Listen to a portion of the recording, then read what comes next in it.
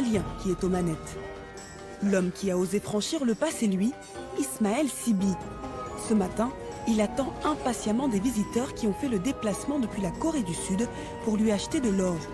Le patron est un peu tendu. Ah oui, si ça marche, ça peut être un bon marché. Allez, voilà, ok. Bonjour Sonny, comment allez-vous? Bien, et vous? Bienvenue au Mali. Le travail d'Ismaël, c'est de raffiner de l'or, c'est-à-dire transformer l'or brut des mines en lingots d'or pur à 99,9%. Ce sont ces lingots standards qui seront vendus sur les marchés internationaux. Ça, c'est le four. Il nous permet de produire de l'or brut, mais aussi de l'or raffiné. Il a 2 modules différents. Pour monter son usine, il a investi près de 2 milliards de francs CFA sur ses fonds propres. Des investissements qui impressionnent ses futurs clients. Je suis agréablement surpris de voir les équipements de cette usine. Après la visite, les choses sérieuses commencent. L'achat de l'or. Très vite, le patron malien comprend que ses clients sont en la recherche de grosses quantités d'or. Alors, en fin négociateur, il pose tout de suite ses conditions. Si on signe un contrat, disons 100 ou 50 kilos, vous m'envoyez d'abord l'argent et ensuite, je vous expédie l'or tous les mois. À la fin de la rencontre, les Coréens semblent séduits, mais se laissent quelques jours pour donner leur réponse. Au Mali, le marché de l'or est en ébullition. Le pays est le 3e producteur sur le continent. Un secteur dominé par les investisseurs internationaux qui exploitent de gigantesques mines. Ismaël Sibi, lui, a fait un pari différent. Il s'est reposé sur un réseau d'orpailleurs et de petites mines artisanales. Et c'est près du grand marché de Bamako qu'il a installé son centre de collecte. Chaque jour, des dizaines de personnes viennent ici vendre de l'or brut. Des petits vendeurs, dont certains sont des habitués, comme cet homme. Voilà, je vais faire tout OK. Donc je vais vendre ça tout de suite.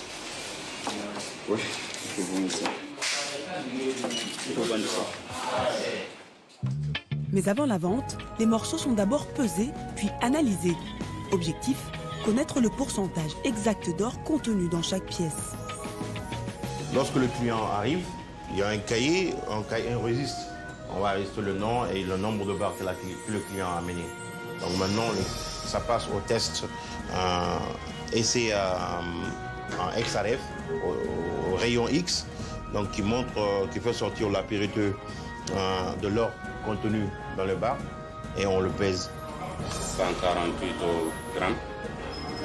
Bon, le carat fait ici, on a 23 carats, il y a 97%, 0,81 d'or. Maintenant, pourcentage d'argent, il y a 1,82. Une pièce de 148 grammes qui fait à peu près 5 000 euros. 5 000 euros la totalité. 5 000 euros, soit plus de 3 millions de francs CFA qui seront payés en liquide. Le centre achète en moyenne 10 kilos d'or par jour, mais il peut aller jusqu'à 50 kilos, soit une capacité de dépense quotidienne d'1 milliard de francs CFA. Après le centre de collecte, les pièces d'or achetées arrivent ensuite dans la raffinerie. Avant d'avoir de l'or pur, il faut passer par plusieurs étapes. La première étape, c'est la fonte de plusieurs morceaux en un seul lingot. À peu près 5 minutes, on va commencer à rougir. Donc à peu près 10 minutes, ça commence à fondre. Ce lingot n'est pas encore de l'or pur, il contient de l'argent ou encore du cuivre. La prochaine étape, c'est donc la séparation du métal jaune des autres métaux précieux. Cette opération est longue, elle dure jusqu'à 6 heures. On va séparer de l'or de tous les autres métaux, l'argent, cuivre, etc., etc. Et après, on va séparer de ça de l'or. Donc on aura l'or fin et les restes. Ouais, on est parti maintenant pour 6 heures pour la séparation de métaux. Je pense qu'après 6 heures, on aura l'or fin. Après 6 heures dans la machine, l'or est enfin retiré de tous les autres métaux. Et la dernière étape du raffinage se passe ici. Et ça, c'est la fonte finale. Donc on va ranger le matériel, le produit fini, en graines, et ça va rentrer dans le moule pour la fonte finale. Et en longo miroir. Et on se redort. On va voir le produit fini, nickel. Quelques minutes plus tard, le patron a le sourire. Le premier lingot du jour tant attendu est là. Il ne pèse que 500 grammes, mais vaut plus de 13 millions de francs CFA. Ben voilà le premier lingot sorti. On le voit et on l'ouvre. Ah voilà, c'est pas très bien fini comme on voulait. Et voilà. Ça c'est à 99,99%. Alors, c'est pas la fonte n'a pas été très bien, mais on va nettoyer un peu. On va passer à mettre le logo, notre logo là-dessus, notre penchant, et ça sera la fin. Ça sera prêt pour la livraison. En 2017, Ismaël Sibi a vendu 1,3 tonnes d'or. Et 80% des lingots sortis de son usine sont vendus à l'international. Après, ça peut aller n'importe où. Ça peut rester ici au Mali, vendre localement, ou ça peut aller à l'export. Nos zones d'export, il y a les potentiels. On a l'Asie, on a l'Europe et on a le Moyen-Orient. En attendant d'être exportés, les lingots sont bien sécurisés. Après le raffinage, ils prennent immédiatement la direction du coffre-fort, dont seul le patron a le code d'accès. On va mettre ça au coffre. Maintenant, on a fermé, on a fait le logo. Maintenant, ça part au coffre. Mais les lingots ne dormiront pas longtemps dans le coffre-fort, car une très bonne nouvelle vient de tomber.